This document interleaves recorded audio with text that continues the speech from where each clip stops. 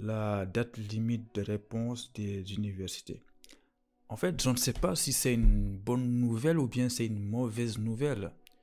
Parce que récemment, vous avez fait une vidéo où vous expliquez quelles sont les universités qui n'ont pas encore fini de répondre. Je pense que vous vous rappelez, il y avait 25 universités qu'on a citées dans la vidéo.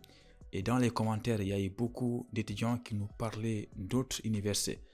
Ça veut dire qu'il y a finalement beaucoup d'universités qui n'ont pas fini de répondre.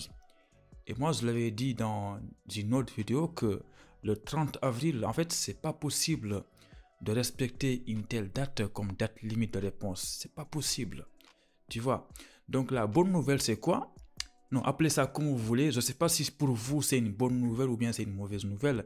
Mais je pense que pour une personne qui s'inquiétait de ne pas avoir une réponse de la part de l'université de Guédiawaye ou bien de l'université de Pékin ou de l'université de Cotonou. Donc aujourd'hui, si tu apprends que finalement la date limite de réponse a été repoussée, normalement c'est une bonne nouvelle. Mais je vous connais, vous êtes pressé d'avoir des réponses, vous êtes pressé d'avoir des refus. Donc les gars, la bonne nouvelle c'est que récemment, un étudiant m'a envoyé un mail comme quoi que l'université qui ne l'avait pas répondu ou il avait postulé, eh bien, leur date limite de réponse c'est le 15 mai pour lui. Voilà. Mais moi, je pense que c'est mon avis personnel. Moi, je pense que les réponses des universités peuvent continuer jusqu'au fin du mois de mai. Oui, jusqu'au 30 mai ou bien 31 ou 32, jusqu'à fin mai. C'est possible. Donc moi, je pense que vous, normalement, ça ne vous regarde pas. Je sais que c'est important pour vous d'avoir des réponses rapides, tout ça. Mais vous restez focus en fait. Restez focus sur des choses que vous contrôlez. Parce que est-ce que l'université de Ouagadougou nous répond ou pas? Ça, vous ne contrôlez pas. Donc vous avez fait un choix. Voilà, on est début mai. Donc, considérez que tôt ou tard, ils vont vous répondre. Donc, vous, tout ce que vous voulez, c'est une acceptation. Voilà. Donc, toutes les personnes là qui nous regardent, qui n'ont pas encore reçu de réponse, je sais que c'est compliqué. C'est compliqué d'attendre parce que pendant ce temps-là, il y a Ahmed Bari ou bien Moustapha Biaye ou Omar Ndiaye qui a reçu toutes les réponses. Mais nous, on s'en fout de ce qu'a reçu Moustapha Dian. Nous, ce qui nous intéresse, c'est notre dossier à nous. Tout ce qu'on veut, c'est d'avoir une acceptation. Voilà. Donc, pour résumer tout ça, c'est sûr à 100% que vous aurez une réponse avant la fin du mois de mai. C'est vrai que les demandes de visa ont commencé pour certains, mais t'inquiète pas. C'est pas une course en fait. Ne te compare pas aux autres. Concentre-toi sur les choses que tu contrôles. Mais par contre, il y a une chose que je ne trouve pas normale, c'est comment se fait-il qu'il y a des gens qui ont postulé en première année qui n'ont toujours pas reçu de réponse. Ça, c'est pas possible, ça. Ou bien c'est des gens qui racontent n'importe quoi. Mais j'ai du mal à croire que tu as postulé en L1 et tu n'as pas encore toutes les réponses. Parce que normalement, les gens qui postulent en L1, normalement, les réponses sont rapides, quoi.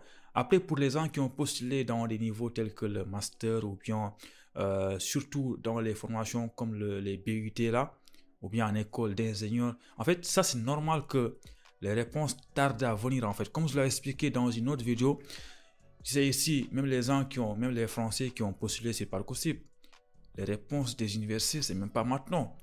Tu vois, ça va arriver tardivement. Donc pour moi, le 30 avril, c'est très très proche pour donner une réponse aux étudiants étrangers. C'est très très proche. Donc mon gars, ce que tu vas faire maintenant, toi qui me regardes, Aïssatou Fall ou bien Moustapha Dian, ce que tu vas faire, pour l'instant, imaginons qu'il y a un établissement qui ne t'a pas encore répondu. T'inquiète pas, on va les donner un peu de temps.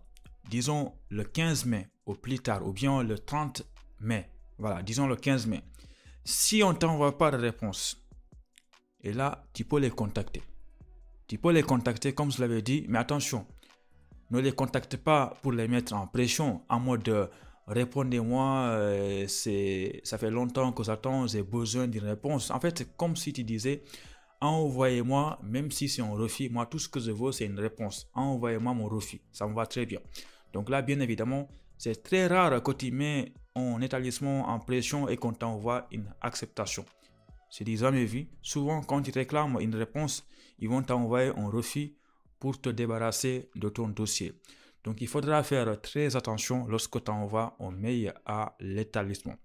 Donc, envoie un mail simple, naturel, voilà, sans les mettre la pression, histoire de savoir si ton dossier est bien arrivé, est-ce qu'il compte bien te répondre. Voilà, comme ça, tu es tranquille.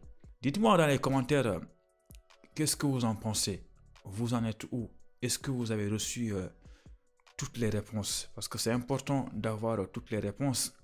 Vous avez mis votre argent. C'est pas comme moi en 2016 ou 2017, je ne me rappelle plus, où là j'avais fait 7 choix et il y a un établissement en particulier qui ne m'a pas répondu. Mais je pense qu'en 2024, des choses comme ça n'existent plus. Si tu fais 7 choix, tu auras 7 réponses. Voilà. Dites-moi dans les commentaires quel établissement ne t'a pas encore répondu. Allez, merci beaucoup et bonne chance à vous tous. Ciao.